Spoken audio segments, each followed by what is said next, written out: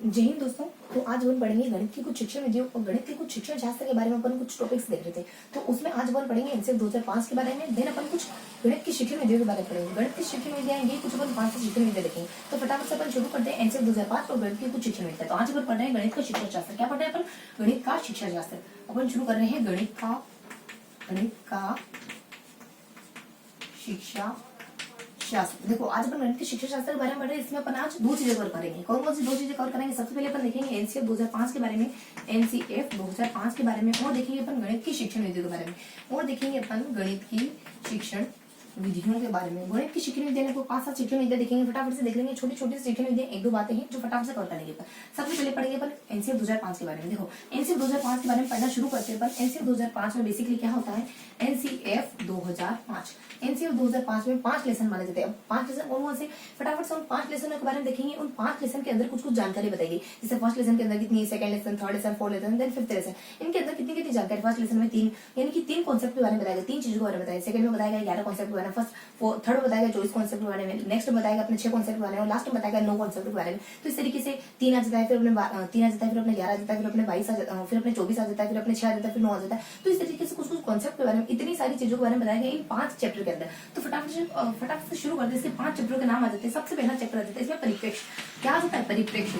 सबसे पहले चैप्टर का नाम क्या होता है? परिप्रेक्ष्य। देन दूसरे का क्या होता है? सीखना और ज्ञान, सीखना और ज्ञान।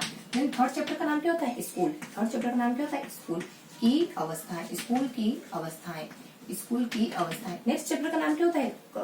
स्कूल की अवस्थाएं। उसके बाद यहाँ होता है कक्षा विद्यालय, कक्षा व विद्यालय का वातावरण, कक्षा व विद्यालय का वातावरण, ये होता है नेक्स्ट चैप्टर। उसका लास्ट में होता है सुधार।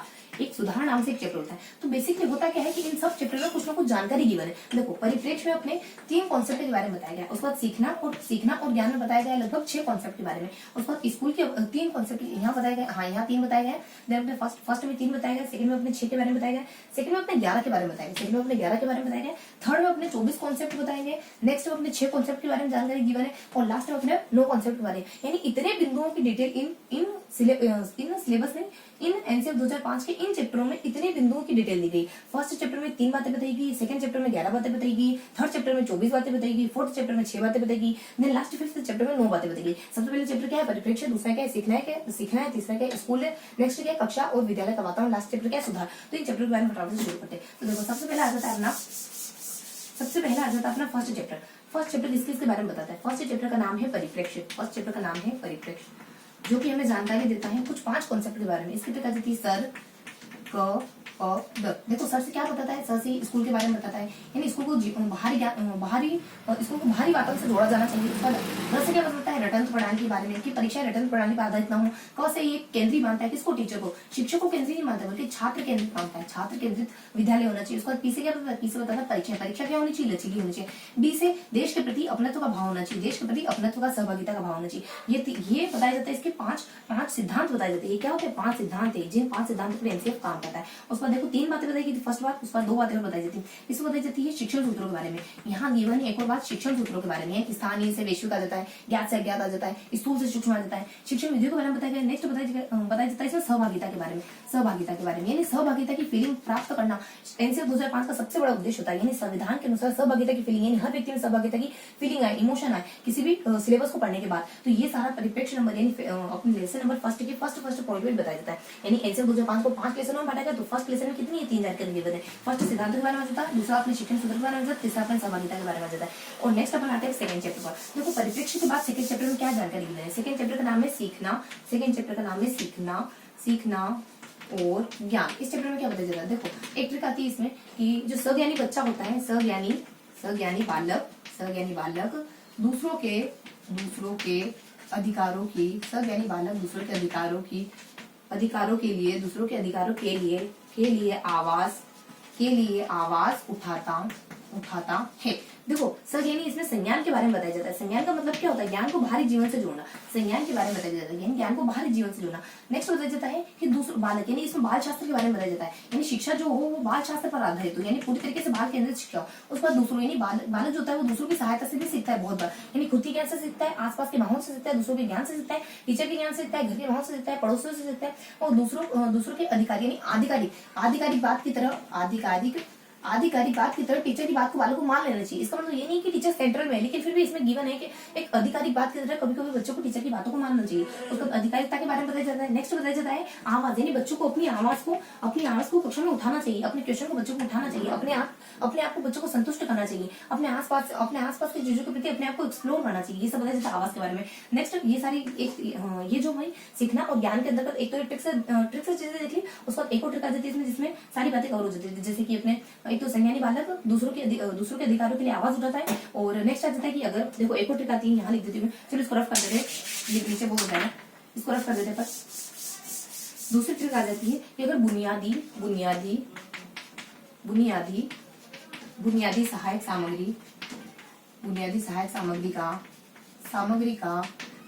सामग्री का अगर पाठ योजना के साथ बेहतर सामंजस्य किया गया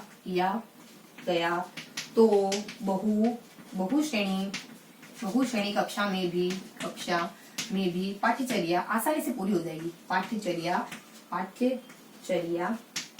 आसानी से पूरी हो जाएगी। ये सारे कॉन्सेप्ट इसमें बताए जाते हैं। देखो इस ट्रिक से क्या क्या जाता है? सबसे पहले जाता है कि बुनियादी, यानी बच्चे के बुनियादी कौशलों के बारे में बताया जाता है। बच्चे के बुनियादी कौशल क्या होते हैं? इसमें बच्चे की बुनियादी कौशल होती है चीजों को सीखना, चीजों को याद करना, एक्सप्लोर करना, उनको समझना, बच्चों में कौशल का विकास करना। ये सारे बच्चों के बुनियादी कौशलों के बारे में सीखना और ज्ञान चैप्टर में जानकारी दी गई। उसको सहायक सामग्री के बारे में जानकारी दी गई है। बच्चों को अगर बच्चों के ज्ञान को स्थायी बनाना है तो कौन कौन सी सहायक सामग्री में पढ़ते वक्त इस्तेमाल करनी होगी।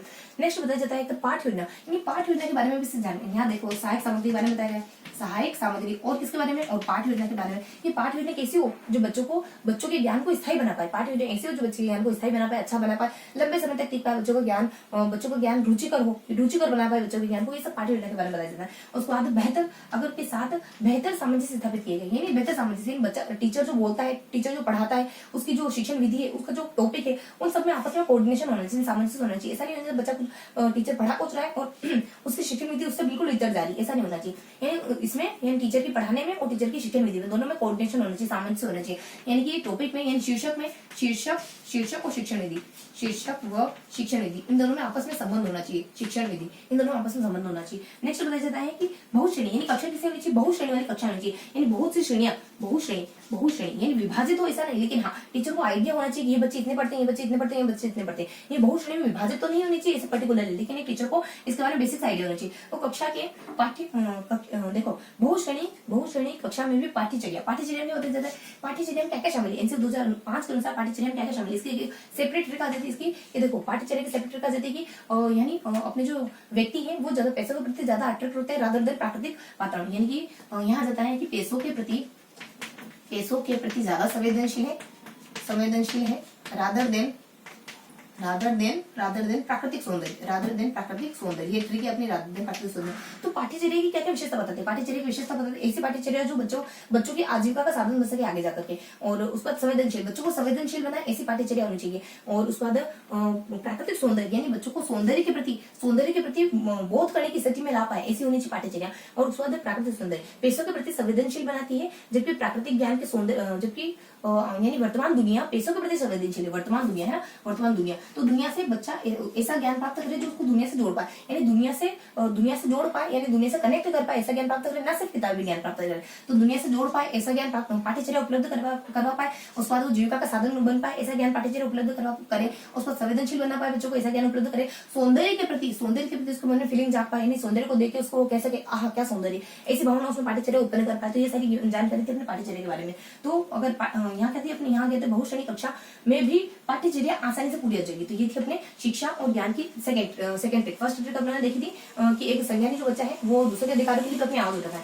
सेकंड ट्रिक अपने देखी कि बुनियादी सहायक सामग्री का इस्तेमाल अगर एक कक्षा उसमें बुनियादी सहायक सामग्री का इस्तेमाल पाठ्य योजना के साथ बहुत बेहतरी से करा गया ना, तो जो बहुश्रेणी की कक्षा होगी ना उसमें भी पाठ्यचर्या बहुत आसानी से पूरी हो जाएगी। बीच में पाठ्यचर्या के बारे में बता दिया, पाठ्यचर्या में क्या क्या शामिल रहता है, उसके बाद इनमें जो भी शब्द दिए उन शब्द से क्या क्या बन रहा है, यानी उन शब्द से हमें कौन कौन सी बातें ध्यान रखनी वो भी अपने पता कर ली। यानी सीखना और ज्ञान में इन दो ट्रिक्स तो सारी चीजें देख ली जो लगभग गिवन होती है इसमें। उसके बाद नेक्स्ट क्या आता है अपने सीखना और ज्ञान के बाद अगला क्या आता है, देखो सीखना और ज्ञान के बाद अगला जाता है अपना थर्ड चैप्टर जिसका नाम है हमारा विद्यालय की अवस्थाएं। क्या है, विद्यालय की अवस्थाएं। विद्यालय की अवस्थाओं में क्या होता है बताए, विद्यालय की अवस्थाओं में बताया जाता है जो हर सब्जेक्ट को कैसे पढ़ना है। उसके बाद इसमें दो चीजें गिवन है, इसमें मेनली दो चीजें गिवन है, जैसे कि भाषा को कैसे पढ़ना है, गणित को कैसे पढ़ना है, उसके बाद विज्ञान को कैसे पढ़ना है, उसके बाद सामाजिक विज्ञान को कैसे पढ़ना है, सामाजिक विज्ञान को कैसे पढ़ना है, उसके बाद सामाजिक विज्ञान के बाद कला शिक्षा के बारे में आ जाता है, उसके बाद शांति के लिए शिक्षा के बारे में आ जाता है, शांति के लिए शिक्षा के स्वास्थ्य और शारीरिक शिक्षा के बारे में जानकारी दी है। उसके बाद आकलन के बारे में कि कितना यानी कि परीक्षाएं कब और कैसे होनी चाहिए। भाषा के बारे में, भाषा कैसे पढ़नी चाहिए, बहुभाषिकता, कक्षा कैसी हो, बहुभाषिक हो, यानी एक ही कक्षा में बहुत सारी भाषा बोलने वाले लोग, बहुभाषिक हो, कक्षा कैसी हो, बहुभाषिक हो। गणित कैसे पढ़ाई जानी चाहिए, देखो गणित के लिए पूरी ट्रिक आ जाती है कि एक मूल संरचना यानी बच्चे की मूल संरचना भागने की नहीं है, समस्याओं का संप्रेषण करने में आनंद उठाने की नहीं है। बच्चे की मूल संरचना समस्याओं के संप्रेषण से आनंद प्राप्त करने की नहीं है, समस्या से दूर भागना, दूसरों को संप्रेषित कर देना। संप्रेषण से आनंद प्राप्ति नहीं है, संप्रेषण से आनंद प्राप्ति नहीं है, ये सब बताया जाता है। देखो बच्चे की मूल संरचना यानी कि इसमें बच्चे के बारे में बताया जाता है कि बच्चे की मूल संरचना यानी देखो बच्चा यानी कि गणित जो वो बच्चा अमूर्त तरीके से गणित सीखे। उसके बाद बच्चे की मूल संरचना यानी बाल केंद्रित गणित हो ना, बाल केंद्रित तरीके से पढ़ाई जानी चाहिए। उसको मूल संरचना यानी मूल संरचना क्या है, गणित की बीज गणित है, अंक गणित है, रेखा गणित है, तो मूल संरचना के बारे में बच्चों को जानकारी हो जानी चाहिए, ये बताया जाता है इसमें। विद्यालय की अवस्था के बारे में यानी गणित के बारे में क्या बताया जाता है कि बच्चों को गणित को कैसे पढ़ाना है, बच्चे आसानी से गणित सीख पाए ऐसे पढ़ाना है। गणित की मूल संरचना को बच्चों को सिखाना है, रेखा गणित है, बीज गणित है, अंक गणित है, इनके बारे में। उसके बाद समस्या के बारे में क्या जाता है, बच्चों को गणित ऐसे पढ़ाना है, समस्या समाधान के थ्रू पढ़ाना है। उसके बाद संप्रेषण, गणित की भाषा जनरली कैसी होती है, संप्रेषण वाली होती है। उसके बाद यहाँ बताया जाता है कि यानी संप्रेषण यानी गणित के हर एक चीजों को अपन दूसरों तक आसानी से कह सकते हैं क्योंकि तो सार्वभौमिक होती है, हर व्यक्ति को समझ जाएगा आसानी से। संप्रेषण वाली होती है और आनंद प्राप्ति यानी गणित को ऐसा पढ़ाना चाहिए बच्चा आनंद प्राप्त कर पाए। और उसके बाद आनंद प्राप्ति की नहीं है यानी बच्चे की मूल संरचना समस्या के संप्रेषण की आनंद प्राप्ति की नहीं है, बच्चा समस्या को डेवलप करता है बल्कि दूसरों को थोपता नहीं है। तो ये हमारी ट्रिक थी जो गणित से संबंधित देख लिया। गणित को इस तरीके से पढ़ाया चाहिए, भाषा को बहुभाषिकता के तरीके से। विज्ञान को कैसे पढ़ाया जाना चाहिए, विज्ञान को पढ़ाने का तरीका क्या है, विज्ञान को पढ़ाने का तरीका है संबंधित विषय यानी विज्ञान को हमें दूसरे विषयों से संबंधित करके पढ़ाया जाना चाहिए। और उसके बाद सामाजिक विज्ञान को कैसे पढ़ाना चाहिए, अवधारणा के थ्रू पढ़ाना चाहिए, यथार्थ विश्लेषण के थ्रू पढ़ाना चाहिए, आसपास की जानकारी को एक्सप्लोर करके पढ़ाना चाहिए यानी यथार्थ विश्लेषण के थ्रू पढ़ाना चाहिए और कॉन्सेप्ट अवधारणा के थ्रू पढ़ाना चाहिए। कला शिक्षा को कैसे पढ़ाना चाहिए, कला शिक्षा ऐसे देखो कला शिक्षा को हम 2-4 जानकारी देती है। सबसे पहले कला शिक्षा हमारे देश की कलाओं के बारे में यानी बच्चे को देश की कलाओं के बारे में अवगत कराती है कला शिक्षा। उसके बाद कला शिक्षा में हमारा एक नृत्य आ जाता है, उसके बाद हमारा संगीत आ जाता है, उसके बाद दृश्य श्रव्य आ जाता है, उसके बाद नाटक वगैरह आ जाता है। ये चारों चीजें कला शिक्षा के अंदर शामिल करी जाती है। और उसके बाद अपने जैसे कि कला शिक्षा में क्या जाती है, कला शिक्षा की शिक्षा स्कूल में दी कैसे जाएगी, प्रश्नों के थ्रू दी जाएगी, उसको चर्चाओं के थ्रू दी जाएगी। कला शिक्षा की परीक्षा प्रश्नों के थ्रू, चर्चाओं के थ्रू। नेक्स्ट प्रश्न आ जाते हैं, उसका चर्चा आ जाती है, कहानियां आ जाती है, कहानियों के थ्रू कला शिक्षा की चित्र वगैरह आ जाते हैं और प्रश्न आ जाता है, चर्चा आ जाती है, कहानी आ जाती है। और उसके बाद अपने यहाँ जाता है कि चर्चा, देखो कहानी हो गई, चर्चा गई, प्रश्न आ गया और ये सारी जानकारी देती है जिसको तो कला शिक्षा की परीक्षा देते हैं। कला शिक्षा की शिक्षा बच्चों को प्रदान करते हैं। कहानी के थ्रू कला शिक्षा की कला वही नहीं होती जब ड्राइंग करते हो, कला यानी कहानी के थ्रू भी तो कला हो सकती है, कहानी कहना भी तो कला है। तो इस थ्रू इन सारी चीजों के थ्रू कला शिक्षा की शिक्षा दी जाएगी देश के। और उस पर कला शिक्षा से बच्चों में किस का विकास होगा, बच्चों में आत्मबोध का विकास होगा। देखो यहाँ आ जाते हैं बच्चों में आत्मबोध का विकास होगा, कला शिक्षा पढ़ाओगे आप तो बच्चों में रचनात्मकता विकास होगा, बच्चों में सामाजिक विकास होगा, अगर कला शिक्षा पढ़ाएंगे तो। उसके बाद यहाँ पे आत्मबोध रचनात्मकता है और उसके बाद हमारा सामाजिक आत्मबोध आ जाता है, उसके बाद सामाजिकता का विकास होगा, उसके बाद आत्मा का, उसके बाद हमारा सामाजिक आ जाता है, उसके बाद अपने यहाँ पे ये आ जाता है आत्मबोध का विकास होगा बच्चे में, सामाजिक विकास होगा बच्चे में। तो ये सारी चीजों का विकास होगा कला शिक्षा को पढ़ाया जाएगा कक्षा में। और क्या जाता है यहाँ पे उपकरण आ जाता है यानी बच्चा उपकरणों के बारे में जानकारी प्राप्त करेगा, कला शिक्षा के जो भी उपकरणों के बारे में जानकारी प्राप्त करेगा, उसके बाद देश की कला के बारे में जानकारी प्राप्त करेगा और उसके बाद अपने आत्मबोध से और सामाजिक तरीके से बच्चा पढ़ेगा। उसके बाद देश आ जाता है, उसके बाद यहाँ जाता है, देखो देश के बारे में देख लिया, नृत्य के बारे में, संगीत के बारे में, दृश्य के बारे में, श्रव्य के बारे में, इन 4 तरीके से कला शिक्षा की शिक्षा ली जाती है। तो ये सारी जानकारी किस बारे में कला शिक्षा के बारे में। उसको शांति के लिए शिक्षा के बारे में क्या जाती है, देखो शांति के लिए शिक्षा के बारे में क्या है, कि शांति के लिए शिक्षा आप क्लब बोर्ड की स्थापना करोगे, आप ऐसा आयोजन कराओगे जिसमें महिला की भूमिका महत्वपूर्ण दिखाई गई हो, तो शांति के लिए शिक्षा अपन इस तरीके से पढ़ाने की कोशिश करेंगे। उसके बाद स्वास्थ्य एवं शारीरिक शिक्षा 10वीं कक्षा तक पढ़ाई जाती है, कला शिक्षा भी अपनी 10वीं कक्षा तक पढ़ाई जाती है। कला शिक्षा को विषय के रूप में पढ़ाया जाता है, उपकरण के रूप में पढ़ाया जाता है। और यहाँ पर बताया जाता है आकलन के बारे में। देखो आकलन क्यों करेंगे, लक्ष्यों इन उद्देश्यों में परिवर्तन करने के लिए आकलन करेंगे, तो हमें ये देखेंगे उद्देश्य कहाँ तक प्राप्त होगा, नहीं प्राप्त हो तो आकलन के तरीकों में बदलाव करेंगे। आकलन के बारे में और भी बहुत सारी जानकारी है। पहली और दूसरी कक्षा में परीक्षाएं नहीं ली जानी चाहिए, तीसरी से लेकर आठवीं लिखित परीक्षा, मौखिक परीक्षा दोनों परीक्षा हो जानी चाहिए। पांचवी कक्षा में आकर के रिपोर्ट कार्ड आप दे सकते हो। सातवीं कक्षा में आकर स्थानीय परीक्षा कर सकते हो। उसके बाद 9वीं से लेकर 12वीं कक्षा में आप स्व आकलन भी कर सकते हो, यानी 9वीं से लेकर 12वीं तक में स्व आकलन करा जा सकते हैं। बच्चों को खुद स्व आकलन, एक रिपोर्ट कार्ड दिया जाएगा जो बच्चा खुद फिलअप करेगा, तो स्व आकलन, ये आकलन के बारे में सारी जानकारी दी होती है इसमें। तो विद्यालय की अवस्थाओं के बारे में क्या, भाषा कैसे पढ़ानी, गणित कैसे पढ़ाना, विज्ञान कैसे पढ़ाना, सामाजिक विज्ञान कैसे पढ़ाना, कला कैसे पढ़ानी, कला को कैसे पढ़ाना, शांति के लिए शिक्षा कैसे प्रदान करनी, स्वास्थ्य में शारीरिक शिक्षा कहाँ तक पढ़ाई जाएगी। उसके बाद अपना आकलन के बारे में बताया जाता है। सामाजिक विज्ञान के बारे में तो और भी जानकारी बताई जाती है। सिर्फ सामाजिक विज्ञान इतना ही नहीं कि आप कैसे पढ़ाओगे, सामाजिक विज्ञान इतना भी है कि 5वीं तक आप क्या पढ़ाओगे, 5वीं तक तो आप पर्यावरण अध्ययन पढ़ा दोगे। उसके बाद जब आप 8वीं तक आ जाओगे ना, तो अपने राजनीतिक विज्ञान है, उसका इतिहास है, उसका भूगोल है, इसमें तो बढ़ ही जाएगी। साथ ही साथ 8वीं तक आते आते ही अर्थशास्त्र में भी बढ़ जाएगी। 3 विषय जो अपन पढ़ते हो तो है सही, लेकिन अर्थशास्त्र में और बढ़ जाएगी। 10वीं तक आते आते अर्थशास्त्र प्लस समाजशास्त्र में बढ़ जाएगा। अर्थशास्त्र प्लस समाजशास्त्र में हमारा जो राजनीतिक जो हमारा सामाजिक विज्ञान के विषय वो इसमें बढ़ जाएगा, ये बताया जाता है। और क्या बताया जाता है सामाजिक विज्ञान के बारे में। देखो सामाजिक विज्ञान के सामाजिक विज्ञान हमारे इसी तरीके से पढ़ा जाएगा। और सामाजिक विज्ञान देखो विज्ञान के बारे में बताया जाता है। विज्ञान के बारे में एक और जानकारी ये होती है कि विज्ञान को अपन पढ़ाते हैं ना, तो 6वीं तक तो 10वीं तक तो आप विज्ञान को पढ़ाओगे अन्य विषयों के साथ संबंधित करके। 10वीं तक पढ़ाएंगे अपन अन्य विषयों से संबंधित करके, ये विज्ञान के बारे में। उसके बाद 5वीं से लगाकर यानी कि छोटी कक्षा से लगाकर 6वीं से लगाकर 8वीं तक यानी उच्च प्राथमिक कक्षाओं पर विज्ञान को उच्च तकनीकी शिक्षा के साथ जोड़ोगे, उच्च तकनीकी शिक्षा के साथ जोड़ोगे, उच्च तकनीकी शिक्षा के साथ जोड़ोगे। ये था विज्ञान के बारे में, ये था समाज के बारे में। और आकलन के बारे में देख लिया, तो ये थी अपनी सामान्य जानकारी भाषा के, गणित के, विज्ञान के, सामाजिक विज्ञान के, कला के, शांति के, स्वास्थ्य शारीरिक शिक्षा के, आकलन के और बहुभाषिक आकलन के बारे में। तो ये थी बेसिक से इन्फॉर्मेशन, किस सब्जेक्ट को कैसे पढ़ाना है और किस सब्जेक्ट को कहाँ कितने भागों में डिवाइड करना है, ये सारी जानकारी इसमें। उसके बाद अपना अगली जानकारी है जिसमें फोर्थ में क्या बताया जाता है, विद्यालय और कक्षा का वर्णन। विद्यालय व कक्षा का वातावरण। विद्यालय कक्षा के वातावरण के बारे में क्या जानकारी होगी। देखो विद्यालय के बारे में सबसे पहले कक्षा के वातावरण के बारे में, यानी 6 घंटे दोगे आप बड़ी कक्षा को, 6 घंटे बड़ी कक्षा को, 3 घंटे दोगे आप छोटी कक्षा को। यहाँ बड़ी कक्षा को दोगे, यहाँ बड़ी कक्षा को 6 घंटे, छोटी कक्षा को 3 घंटे। उसके बाद अगला बताया जाता है इसमें होमवर्क कितना दोगे। यहाँ होमवर्क के बारे में, होमवर्क के बारे में जानकारी देते हैं। होमवर्क के बारे में क्या जानकारी होती है, यानी पहली से दूसरी वाले कक्षा वाले को होमवर्क नहीं दोगे। उसके बाद तीसरे से लगा करके जो लेको 5वीं कक्षा तो आप 2 घंटे दे सकते हो, लेकिन सप्ताह में, यानी सप्ताह में 2 घंटे से दे सकते हो। 6 से लगाकर 8 तक आप 1 घंटा दे सकते हो, लेकिन दिन का 1 घंटा। उसके बाद 9 से लगाकर 12वीं तक आप 9 से लगाकर 12वीं तक आप दे सकते हो 2 घंटे का पर डे के लिए, यानी 2 घंटे का होमवर्क दे सकते हो, यानी 2 घंटे का होमवर्क। यहाँ पे भी 1 घंटे का होमवर्क हर दिन के लिए। तो ये है होमवर्क के बारे में। पहले से दूसरे होमवर्क देना है, तीसरे से 5वीं तक 2 घंटे का होमवर्क देना है सप्ताह के लिए। उसको 6वीं से 8वीं तक 1 घंटे का होमवर्क देना है 1 दिन के लिए। उसके बाद हमारे 7वीं से 9वीं से लगाकर 12वीं तक भी हम 2 घंटे का होमवर्क दे सकते हैं, वो भी हर एक दिन के लिए दे सकते हैं। उसके बाद नेक्स्ट इसमें क्या बताया जाता है, देखो थोड़ा सा और जानकारी ध्यान होती है इसमें, कुछ पॉइंट बताए जाते हैं इसमें, जैसे कि यहाँ पे टीचर के लिए समय कितना होगा, यानी अध्यापक के लिए हर 1 घंटे, अध्यापक के लिए हर दिन काम करने का समय 45 मिनट होगा। उसके बाद पुस्तकालय के लिए कितना होगा, पुस्तकालय के लिए हर एक दिन के लिए 1 घंटा फिक्स होगा। उसके बाद समावेशी कक्षा के बारे में बताया जाता है कि समावेशी कक्षा होनी चाहिए। उसके बाद एक और पॉइंट बताया जाता है कि टीचर को समझना चाहिए कि एक ही कक्षा में अगर सभी तरीके के बच्चे होंगे तो हमारा जो लर्निंग होगी वो बहुत अच्छी तरीके से होगी। तो कुछ पॉइंट बताया जाता है, कितने पॉइंट हो गए यहाँ हो गए अपने। देखो फर्स्ट पॉइंट है, ये सेकंड पॉइंट है, उसका थर्ड है, फोर्थ है, फिफ्थ है, सिक्स्थ है। तो ये कुछ पॉइंट बताया जाता है। मैंने 6 पॉइंट के बारे में बताया जाता है, तो मैंने वो सारे पॉइंट कवर कर दिए जितना कि इसमें बताया गया, यानी हर एक पॉइंट को आपने देखना है, कोई भी पॉइंट मिस नहीं करना है, क्योंकि आंसर 2005 बेहद इंपॉर्टेंट है। तो ये था अपना कक्षा और विद्यालय के वातावरण के बारे में। लास्ट क्या जाता है, सुधार के बारे में। लास्ट इसका चैप्टर है सुधार। देखो सुधार किस में, यहाँ बताया जाता है मैंने तो परीक्षा के बारे में। देखो खुली पुस्तक परीक्षा होनी चाहिए, परीक्षा में सुधार करो सबसे पहले। तो खुली पुस्तक परीक्षा के बारे में बताया जाता है। नेक्स्ट क्या बताया जाता है, नेक्स्ट बताया जाता है कि आपको 5वीं में है, उसके बाद 8वीं में है, उसके बाद 10वीं में है, उसके बाद 11वीं भी कहा गया, यहाँ बोर्ड परीक्षा नहीं करोगे। उसके बाद व्यवसायिक शिक्षा अगर देंगे ना आपको बच्चों को व्यवसायिक शिक्षा, तो 16 साल की उम्र से पहले नहीं दोगे, बताया जाता है। उसके बाद पूर्वता के सिद्धांत के बारे में। पूर्वता के सिद्धांत यानी जो चीज जिस उम्र में पढ़ानी चाहिए उसी उम्र में पढ़ानी चाहिए, गलत एज में नहीं पढ़ानी चाहिए। जो जिस लेवल की चीज है उसी लेवल में पढ़ाई जानी चाहिए। और क्या बताया जाता है इसमें पाठ्यचर्या को लचीला बनाओ। देखो इसमें एक आती है अपनी पाठ्यचर्या। देखो लिख लेते अपन, देखो ट्रिक आती है यहाँ पे, पाठ्यचर्या लचीली होगी और परीक्षा लचीली होगी। पाठ्यचर्या लचीली होगी और परीक्षा लचीली होगी। तो क्या होगा, तो सूचनाओं का आदान प्रदान, तो आपसी तालमेल से सूचनाएं सतत प्रवाहित होगी। सूचनाएं सतत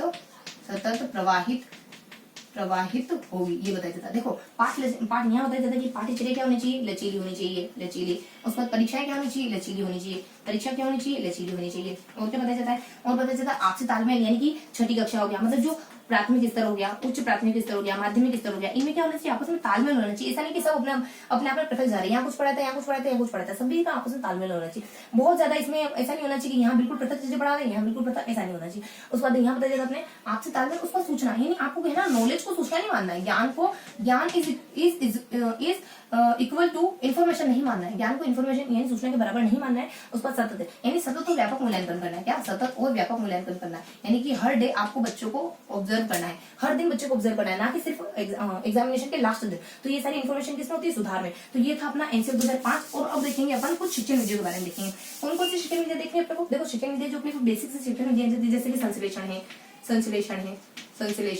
उसके बाद अपने विश्लेषण है, थोड़ी सी जानकारी होती है इसमें। संश्लेषण है, विश्लेषण है, आगमन विधि है, उसके बाद निगमन विधि है, उसके बाद अपनी ह्यूरिस्टिक विधि है, ह्यूरिस्टिक विधि है। उसके बाद अपने प्रयोगशाला, सबसे पहले अपने प्रयोगशाला परियोजना प्रदर्शन यह देती है। तो यहाँ जाता प्रयोगशाला विधि है, फिर परियोजना विधि है, फिर अपने प्रदर्शन विधि है, फिर लास्ट में अपने अभिक्रमिक अनुदेशन है। इन सब के बारे में हम फटाफट से जानकारी देख लेते हैं। बहुत ज्यादा जानकारी नहीं है इनमें, बेसिक जानकारी। अगर अपन थीम पकड़ लेते तो गुण और दोष ये सारी चीजें में आसानी से समझ में आएंगी। तो एक ही चीज को लेकर चलते हैं। सबसे पहले क्या आता है, संश्लेषण आ जाता है।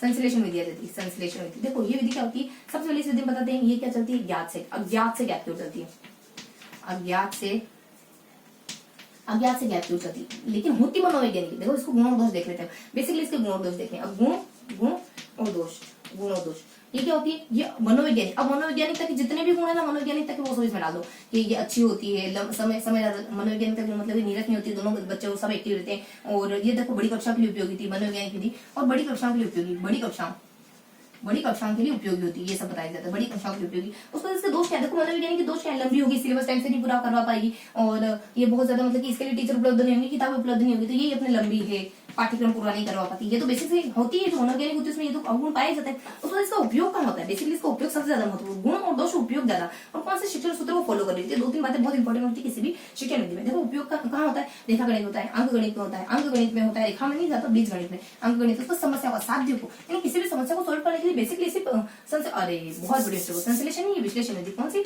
विश्लेषण विधि, ठीक है, ये विश्लेषण विधि है। अंक गणित, बीज गणित, साध्य को सोल्व करने में। साध्य का मतलब क्या था, साध्य को सोल्व यानी कि समस्या को सोल्व करने में। तो ये थी अपनी विश्लेषण विधि। अब नेक्स्ट क्या देखेंगे अपन, संश्लेषण विधि। देखो संश्लेषण विधि के बारे में देखना है। अब देखना है अपने को संश्लेषण में क्या देखना है, ये बिल्कुल इसका अपोजिट है। इसका शिक्षण सूत्र क्या है, इसका है ज्ञात से अज्ञात, लेकिन ज्ञात से अज्ञात। देखो लेकिन है ये अमनोवैज्ञानिक, एक चीज पॉजिटिव है और इसमें गुण आ जाता है इसका, ये अमनोवैज्ञानिकता के जितने भी गुण, जितने भी अवगुण डाल दो, नीरस होती है और ज्ञान स्थायी नहीं हो पाता है, बच्चों को रटाया जाता है, वो सारे अमनोवैज्ञानिक जो भी गुण है सब डाल देंगे। उसका दोष क्या जाता है, इसके गुण क्या है, तो दोष है ना, दोष, इसमें दोष, उसका गुण क्या होते हैं, जो भी अमनोवैज्ञानिक होती है बहुत सरल होती है, आसानी से पाठ्यक्रम को पूरा करवा देती है और टीचर मिल जाते हैं, बच्चे भी मतलब कि छोटे बच्चों के लिए ये क्या होती है, छोटे बच्चों के लिए अच्छी होती है, छोटे बच्चों के लिए बेहतर, बच्चों हेतु अच्छी होती है। उनको बस थोड़ा सा सिखा दो, उनको ज्यादा कॉन्सेप्ट समझ नहीं आता, उनको ये चीज बता दो, आपको ये याद करना, पहाड़ याद करना, आसानी से याद कर लेते हैं। उनको रटने की चीजें कभी कभी बेहतर भी हो जाती है उनके लिए, और कभी कभी मुसीबत भी खड़ा कर देती है। लेकिन संश्लेषण विधि छोटे बच्चों के लिए अच्छी विधि होती है। ये समस्याओं की वास्तविक स्थिति का ज्ञान नहीं कर पाती, क्योंकि समस्या अमनोवैज्ञानिक विधि है, तो समस्या को बेहतर तरीके से सोल्व नहीं कर पाती, शुद्ध ज्ञात से ज्ञात। इसका उपयोग कहाँ होता है, देखो अगर अंक गणित है, हमें ज्यामिति है, रेखा गणित है, उसके बाद बीज गणित है, रेखा गणित है, उसके बाद ज्यामिति, अगर इन दोनों को पढ़ना है तो संश्लेषण और विश्लेषण दोनों को साथ में लेना पड़ेगा। इनको पढ़ना है तो संश्लेषण और विश्लेषण दोनों को साथ में लेना पड़ेगा। तो ये देखना संश्लेषण में ज्ञात से ज्ञात, तो ज्ञात से ज्ञात में देखो और भी चीज आती है। ज्ञात का मतलब क्या होता है, ज्ञात का मतलब होता है कि प्रत्यक्ष से प्रमाण की ओर, ज्ञात का मतलब होता है कि मूर्त से अमूर्त की ओर, ज्ञात का मतलब होता है स्थानीय से वैश्विक की ओर, ज्ञात का मतलब होता है यहाँ पे अपने प्रत्यक्ष प्रमाण हो गया और उदाहरण से नियमों की ओर। तो ज्ञात में जो भी चीजें आती है इसके पैरेलल वो सारी चीजें अपने को अंडरस्टूड करते चलना है। उसका नेक्स्ट संश्लेषण की बात क्या बताया जाता है, संश्लेषण के बाद आगमन विधि। ये तो बहुत आगमन विधि देखो सबसे बेहतर है, लगभग आगमन। देखो आगमन विधि का सूत्र क्या होता है, ज्ञात से ज्ञात, इसमें दोनों ही चीजें अच्छी है, ज्ञात से अज्ञात, और सॉरी हाँ ज्ञात से अज्ञात, इसमें ये भी पॉजिटिव चीज है और इसकी विधि में मनोवैज्ञानिक है। इसका गुण क्या है, ये विधि मनोवैज्ञानिक विधि, तो इसमें दोनों चीजें बेहतर होगी। उसका दोष क्या है, इसका दोष ये वही बहुत ज्यादा इफर्ट लगता है इसमें, बहुत ज्यादा परिश्रम लगता है, क्योंकि जो भी परिश्रम मांगता है वो विधि, तो जो विधि अच्छी होगी परिश्रम तो मांगी, बहुत ज्यादा इफर्ट लगता है इसमें, बहुत ज्यादा टाइम लगता है इसमें, है ना। और पर टीचर नहीं मिल पाते, इससे एक दोष होता है। ये बेसिकली दोष होते नहीं, लेकिन हाँ इनको दोष डिक्लेयर करते हैं। उसके बाद इसके जो चरण होते हैं वो क्या होते हैं, तो आप बच्चों के सामने क्या रखोगे, उदाहरण रखोगे, उदाहरण से बच्चों को कहोगे कि इनका निरीक्षण करो, इन उदाहरणों को तुम ध्यान से देखो, उसके बाद कुछ ना कुछ सामान्य बात निकालो, सामान्यकरण, और लास्ट में तुम परीक्षण करोगे जो सामान्य बात तुमने निकाली वो सही है कि नहीं, मैं इसका टेस्ट कर लूंगा, देखूंगा। तो ये सारी आगमन विधि के बारे में जानते। छोटे बच्चों के लिए अच्छी होती है विधि। देखो इसका गुण क्या आता है, मनोवैज्ञानिक है, और छोटे बच्चों के लिए बेहतर होती है विधि, छोटे बच्चों के लिए बेहतर मानी जाती है। तो ये सामान्य जानकारी थी आगमन विधि के बारे में। जो की पॉइंट है ना, की पॉइंट है, कीवर्ड वो ध्यान रखने, बहुत सारा डिटेल नहीं ध्यान रखना हमें। निगमन विधि क्या होता है, अगर इनसे अपनी समस्या सोल्व होती है तो बेहतर है ना, ज्यादा क्यों लिखना आपने। देखो सूत्र क्या था इसमें, सूत्र क्या था, ये होती है अपने अज्ञात से ज्ञात की ओर होती है। लेकिन ये इसमें गुण क्या आता है, ये विधि होती है अपनी अमनोवैज्ञानिक विधि। ये होती है ना अपने ज्ञात से ज्ञात की, ये विधि तो होती है अपनी देखो निगमन विधि अपने सूत्र इसमें अज्ञात से ज्ञात को सकता है, ठीक है। उसके बाद लेकिन ये जो होती है वो तो मनोवैज्ञानिक होती है, ये अमनोवैज्ञानिक, बिल्कुल सही, ये अमनोवैज्ञानिक होती है, अमनोवैज्ञानिक। देखो ये विधि ना पूरी विश्लेषण विधि से मिली होती है, इस वजह से मैं एक सेकंड के लिए सोचने लगी थी, विश्लेषण विधि से, विश्लेषण विधि भी अज्ञात से ज्ञात को, लेकिन विश्लेषण विधि तो मनोवैज्ञानिक होती है, लेकिन ये अमन, दोनों ही चीजें इसमें नेगेटिव होती है। देखो इसके गुण दोष क्या थे, ये इसके दोष है, तो इसके गुण दोष क्या थे, देखो ये दोष इसके गुण क्या होते हैं। लेकिन कभी जैसे पहाड़ याद करना हो, हर चीज अपन सिद्ध नहीं कर सकते, कुछ हमें अज्यूम करके चलना पड़ता है, पहले से मान के चलना पड़ता है। स्वयं सिद्धियों को, यानी स्वयं सिद्धि जो होती है ना हैंड, अपन कहते हैं कि पहले से अपन माना की, तो ये सारी चीजें इसमें आती है। पहाड़ याद है, स्वयं सिद्धि वगैरह जाती है, निगमन विधि के अंतर्गत आ जाता है। उस पर इसके गुण क्या होते हैं, ये पहाड़ याद करना, निगमन विधि, इसके दोष होते हैं। और बड़े बच्चों के लिए देखो इसके गुण क्या होते हैं, बड़े बच्चों के लिए अच्छी होती है, बड़े बच्चों के लिए, क्योंकि और इसका उपयोग कहाँ होता है, इसका उपयोग कहाँ होता है, देखो गणित पढ़ने में करते हैं अपन, गणित में अपन रेखागणित, अंकगणित, बीजगणित, ज्यामिति, जो भी अपने गणित की जो भी ब्रांचेस है, जितने भी शाखाएं गणित की, वो लगभग सभी अपन निगमन विधि से पढ़ते हैं, क्योंकि इसमें नियमों का, सूत्रों का बहुत ज्यादा बोलबाला होता है, और नियम सूत्र कौन बताता है, अपना निगमन विधि। उसके बाद अपने को देखो ह्यूरिस्टिक विधि देखनी, ह्यूरिस्टिक विधि के बारे में क्या देखना है, इसके जनक कौन माने जाते हैं, आर्मस्ट्रांग माने जाते हैं। आर्मस्ट्रांग देखो आर्मस्ट्रांग होगी तभी तो उसने खोज करी। आर्मस्ट्रांग क्या कहते हैं कि इसमें बच्चा क्या होता है, खोज करता होता है, बच्चा क्या होता है, खोज करता होता है इसमें। उसका स्पेंसर की भी एक परिभाषा है, स्पेंसर क्या कहते हैं इसको लेकर के, ये कहते हैं कि बच्चे को ज्यादा ज्यादा खोजने दो, कम से कम बताओ, खोजना ज्यादा और बताना क्या है, कम है, ये बताते हैं स्पेंसर के द्वारा। इसके गुण और दोष क्या होते हैं, गुण और दोष ये होते हैं कि इसमें बच्चा बहुत जिज्ञासु होता है, होमवर्क देने की जरूरत नहीं पड़ती, इसमें जिज्ञासु होता है, और गृह कार्य देने की इसमें जरूरत नहीं पड़ती, क्योंकि अपने आंखों के सामने बच्चा खोज करेगा, और इसमें गृह कार्य छोटे बच्चों के लिए उपयोग नहीं होती, छोटे बच्चे खोज नहीं कर पाते, दोष है ना, छोटे बच्चों के लिए उपयोगी नहीं होते, तो इसका दोष है, छोटे बच्चों के लिए उपयोग नहीं होते। गृह कार्य दिया जाता है, उसके बाद बच्चा जिज्ञासु बनता है, उसके बाद इसमें जिज्ञासु होता है बच्चा, गृह कार्य दिया जाता है। और क्या हो सकता है इसका गुण, बच्चों को समस्या समाधान में मदद करती है, यानी समस्या सॉल्व करने में, समस्या समाधान में मदद करती है। ये है अपनी कौन सी होती है, ह्यूरिस्टिक विधि, बेसिक से इंफॉर्मेशन होती है ह्यूरिस्टिक विधि के बारे में। नेक्स्ट क्या बताया जाता है, देखो ह्यूरिस्टिक विधि के बाद अगला क्या बताया जाता है, अगला अपनी ह्यूरिस्टिक विधि के बाद प्रायोजन विधि। देखो प्रायोजन विधि वही जो किलपैट्रिक के द्वारा दी जाती है, बहुत बेहतरीन विधि है। ये किसने, अपने जॉन डीवी के जो शिष्य, इसके जनक कौन माने जाते हैं, इसके जनक माने जाते हैं अपने किलपैट्रिक, जो किसके शिष्य थे, किसके शिष्य थे, जॉन डीवी के, किसके शिष्य थे, डीवी के। इन्होंने क्या कहा, इन्हें सामाजिक वातावरण में मन लगाकर, सामाजिक